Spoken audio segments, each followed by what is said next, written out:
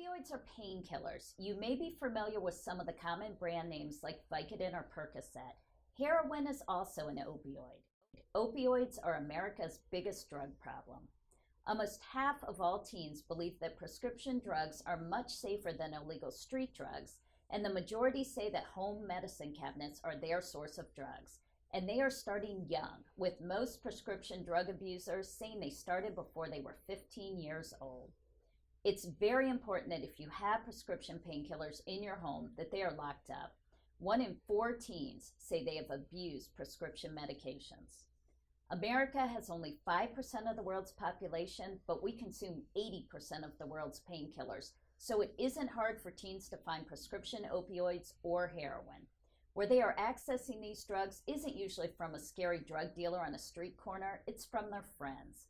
This is just another reason why it's important to know who your child's friends are. Teens don't need lots of money to buy these drugs. Teens can trade items they own or steal from your home, or trade favors, often sexual favors, for pills. If a teen is addicted to opioids, buying a prescription pill can cost $25 to $50, but heroin is cheap and very easy to access. It's a faster and stronger high for about the cost of a large latte.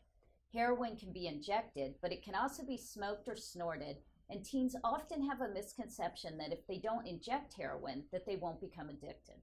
However, they may choose to inject heroin because it gives a faster high, but it also puts them at risk for HIV and hepatitis C. The big problem with heroin is how easy it is to overdose.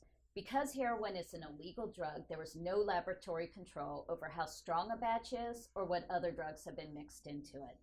About half of all regular heroin users will overdose. If teens overdose and survive, they can have lifelong damage to their heart and other organs, and they can have brain damage. All teens are at risk of opioid addiction. This is an addiction that happens in homes of all income levels, in cities, and out in the country. Because many teens think it's safe to take prescription painkillers, it puts them at very high risk. Most adults aren't aware of how big a problem opioid abuse is with teens, so teens aren't typically learning about opioids in school. If your teen is showing signs of depression or is very stressed, they may be at an even higher risk for opioid addiction. Opioid addiction can be devastating for families, from the huge amounts of money needed for hospital costs and rehab to the lifelong effects a teen can suffer from an overdose. However, study after study shows teens do listen when their parents talk to them about drugs.